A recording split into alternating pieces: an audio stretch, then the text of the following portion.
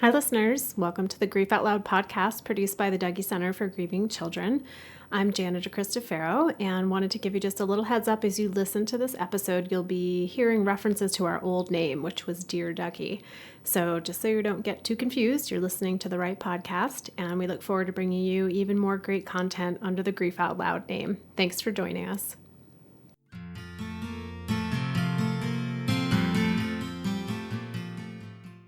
Hello, and welcome to the Dear Dougy podcast, produced by the Dougy Center for Grieving Children.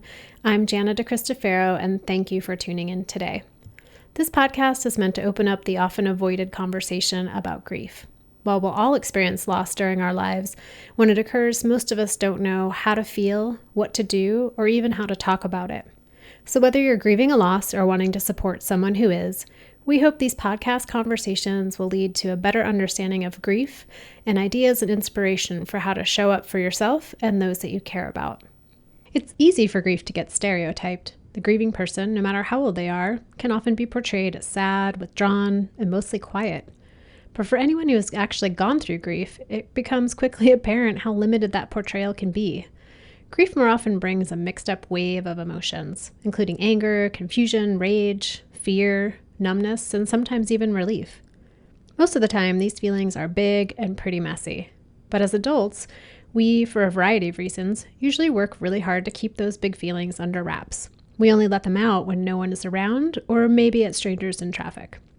With kids, though, they haven't been exposed to as many years of training around tamping down their feelings and their reactions. For them, those reactions can look like really big behaviors that can be loud, unruly, and sometimes even a little scary to the adults around them. Joining me today to talk about these big feelings and behaviors and how we can support children experiencing them in grief is my colleague, Heather Dorfman. Welcome, Heather. Thank you. Hi. Heather and I will get into what these behaviors can look like and how they are often inspired by equally big feelings and what to do if you're an adult wanting to help. Heather, to start, can you give us an idea of what big behaviors might look like for grieving kids? Yeah, so a lot of families that come to the Dougy Center will talk to us about things that they're seeing in their kids and their teens.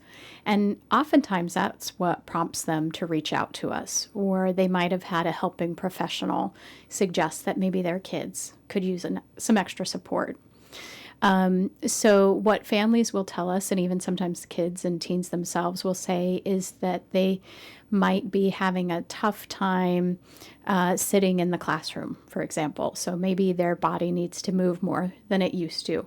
Maybe they get up and out of their seat a lot or running around the classroom. Maybe they're getting in arguments more either at home or at school.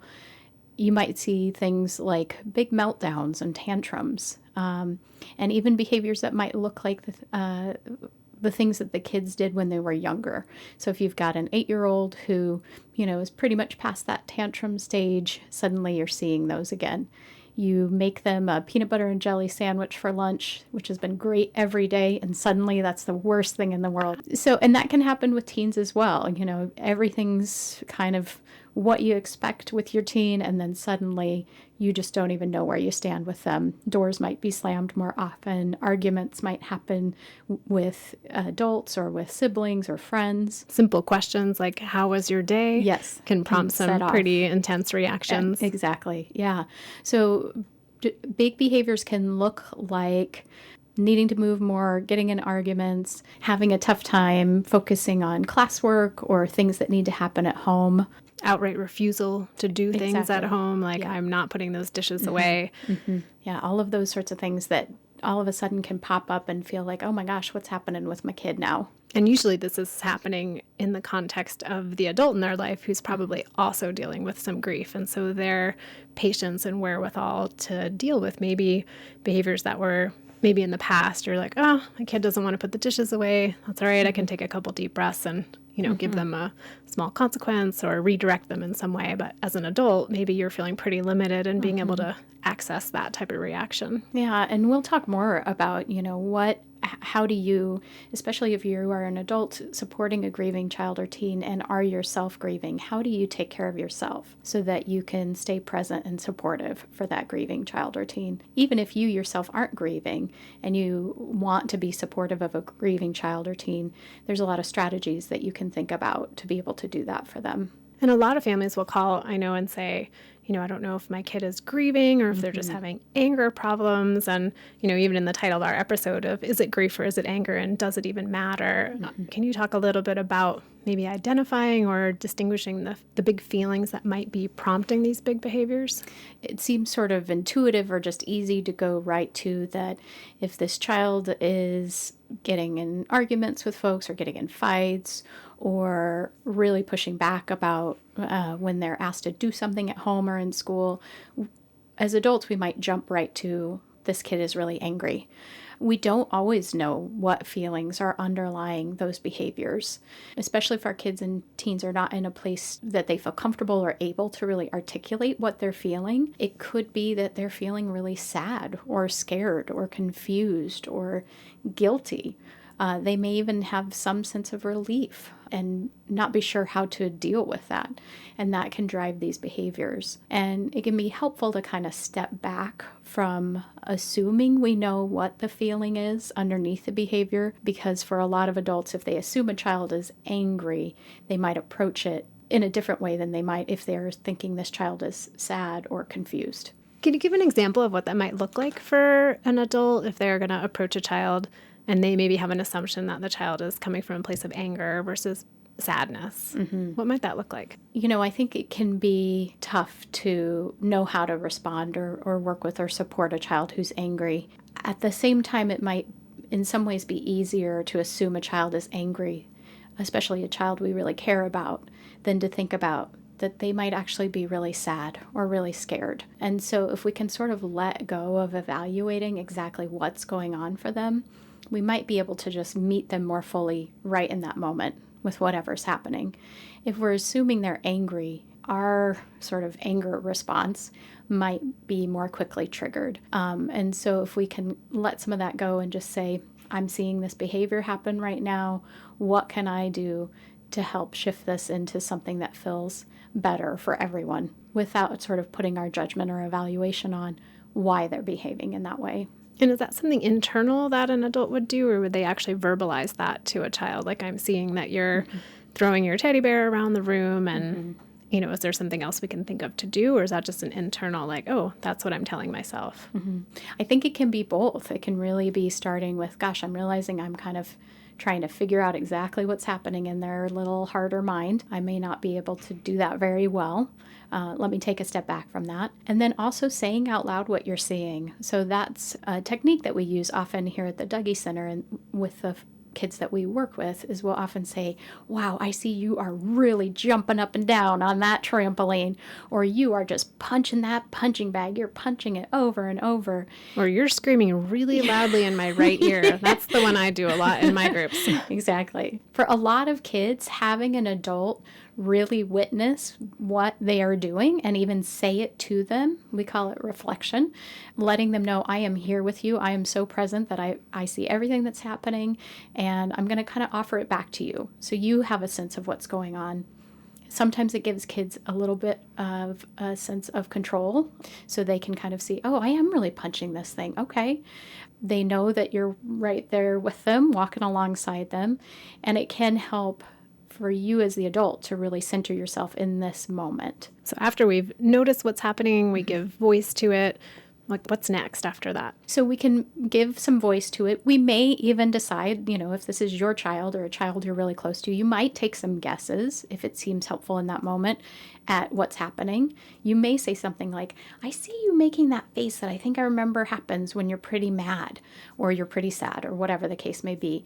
And then you can say, let's think about what we can do so that you can stay safe and that maybe you can feel a little bit more calmer in your body. So you can kind of acknowledge what's happening in the moment and then help them start to transition to something that hopefully will feel better for everybody if it's something that doesn't feel safe or doesn't feel appropriate for that moment.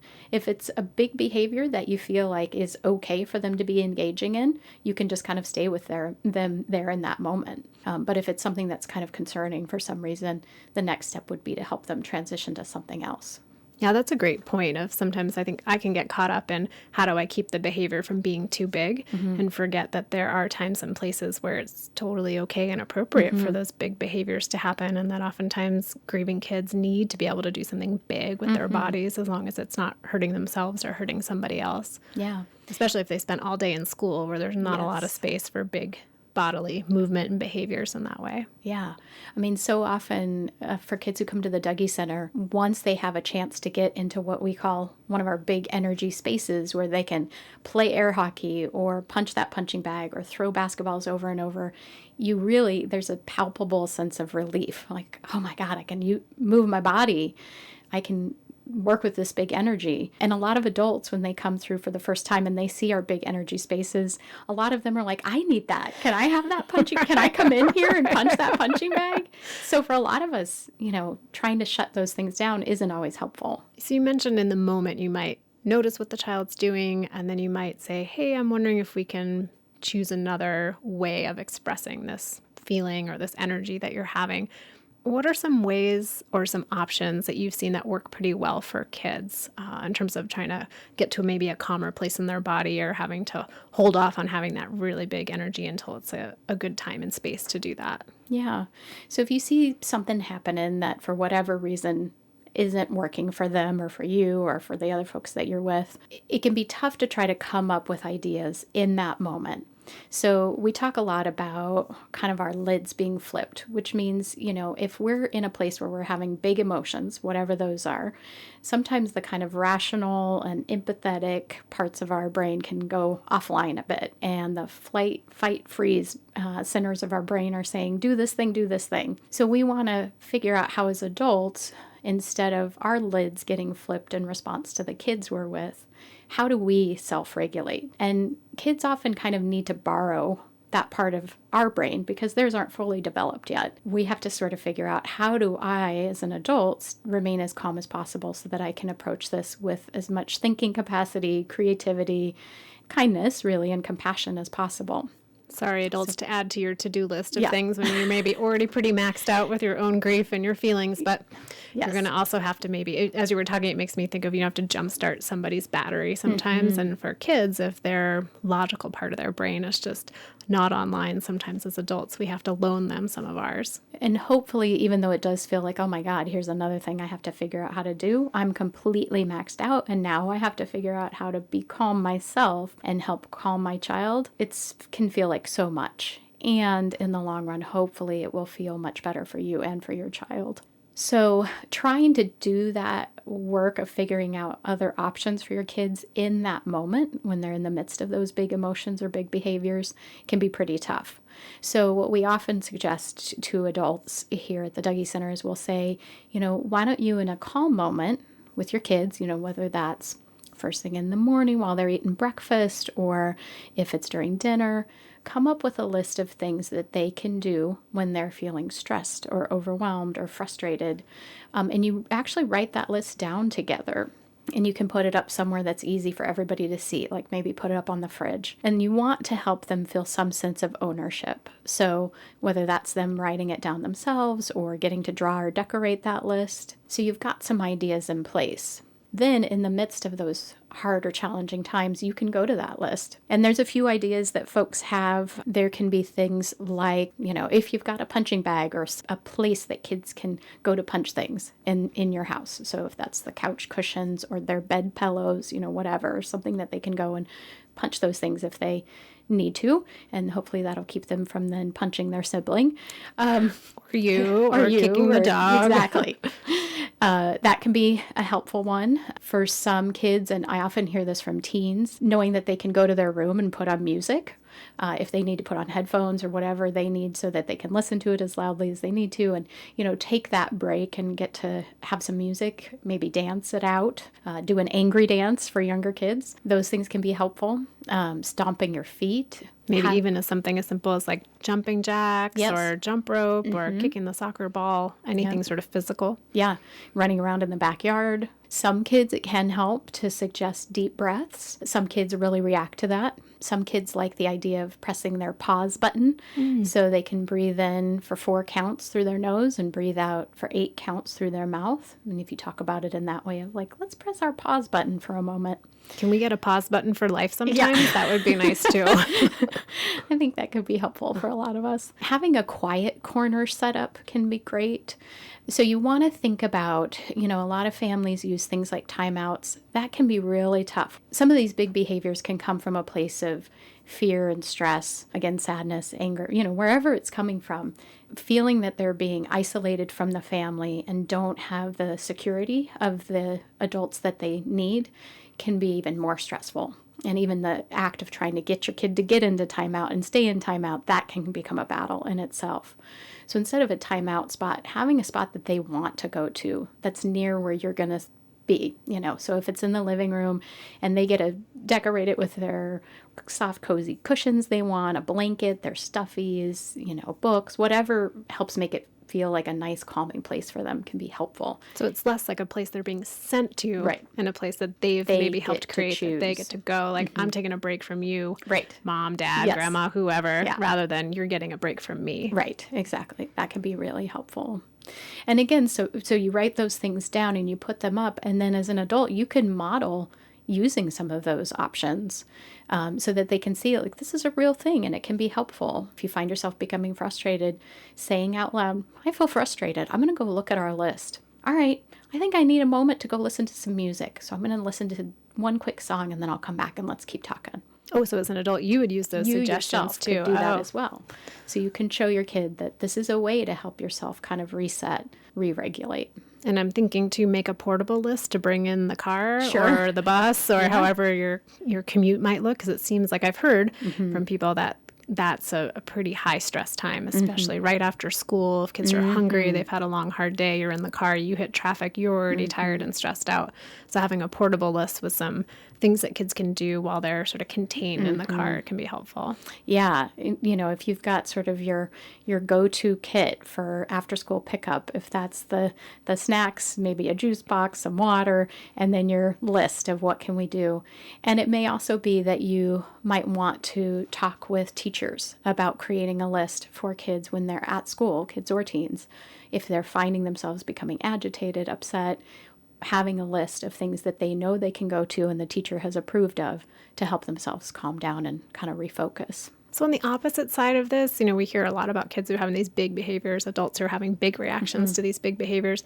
How about those kids that don't seem to be having any reaction at all? And we hear that from adults. And sometimes when they hear us talk about big behaviors, they can almost start to worry, oh my gosh, my kid's doing the complete opposite. They're really quiet and maybe withdrawn or just want to be alone in their room a lot. Now, is that something I need to be worried about? We sometimes think about that as its own version of a big behavior. It's kind of a big quiet behavior. And usually we don't necessarily think it's something to be worried about unless you're seeing things like completely withdrawing from family, from peers, from activities they've loved in the past. It's something to be paying attention to, but it may also just be how your child needs to grieve. And I wonder about finding some creative ways to maybe connect with those kids who are a little bit more internal and private. And maybe that's just some parallel ways of connecting. Like we listen to music together, even though we're not talking, or maybe we do some coloring together, but we're not talking. So it doesn't feel quite so engaging in that way, but you're sharing space together and kids know that you're there. Yeah, just that shared physical space can mean so much. So as you said, working on a craft project at the dining table together, not peppering them with a bunch of questions about how they're feeling, what are they doing, what are they thinking, but just being there with them. And sometimes that leads to them starting to share what's going on with them or conversations. Other times it's just a quiet time to be together. So Heather, as we get to the end of our time today, are there any last tips or things that come to mind in terms for adults and how to be there for grieving kids who are having some big behaviors?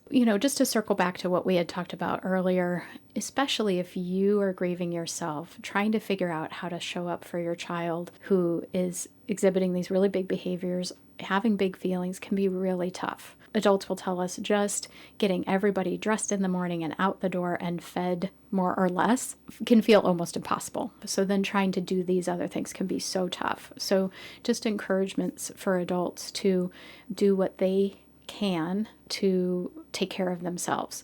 And that can mean when people say, just tell me what I can do to help. It's okay to say, can you watch my kids for 2 hours? Even if it's to go to the grocery store by yourself, can make such a difference. Oh, going to the grocery store alone sometimes is like the best self-care ever. So if you're able to put some of those self-care pieces in place, you're more likely to be able to do some of these other sharing of your regulation system. One thing that can be really helpful, although tough when you're feeling stressed in that moment, is to bring some lightness and humor to the situation. Sometimes that can really break the tension and shift it just enough that you can kind of move the kiddo away from the behavior that's not okay for you and move them toward what is. If they're throwing all the couch cushions on the floor, saying something like, oh my goodness, if all of our couch cushions are on the floor, that's going to be a really hard couch to sit on during our movie later. Sheesh. Just something instead of... You can't do that. Put those couch cushions back. Yeah, those reactions that can be really big, really frustrated and angry. Of course, you might be feeling that inside, but if you can bring a little bit of that fun to it, sometimes that can catch kids off guard or just bring a smile and a bit of connection. I know one of the ones that works really well for me is if I'm having a bad day and someone's like, oh, you are showing me your cranky face. Like, that's a really good one. I haven't seen that one in a while. And then we trade back cranky faces, and that usually lightens it up for me. Yeah. But I imagine sometimes for kids that can feel maybe a little patronizing. So you have to tread cautiously into that humor and see how it's going to go. Yeah, it can be a really tricky one, both for you to be able to do that and also for how your kid will respond. Well, thank you so much, Heather, for sharing a lot of your wisdom and knowledge and suggestions. There's so many more things we could probably talk about with this. And we look forward to having you back on the show again in the future. Yeah, thank you. And for those of you out there listening, we are at episode 61. So if you want to hear any of our past episodes, we have a couple other ones back in our archives about dealing with big behaviors with kids as well, and using some more mindfulness techniques. You might reference back to those. I'll list a couple of them in our show notes. If you want to find those other episodes, you can find us in iTunes, Stitcher, any other podcast platform that you might use. And if you do happen to use iTunes, we'd love if you would give us a rating and a review, because it really helps other people out there like you find our podcast. So thanks so much for listening, and hope you'll join us again next time. Thanks for listening.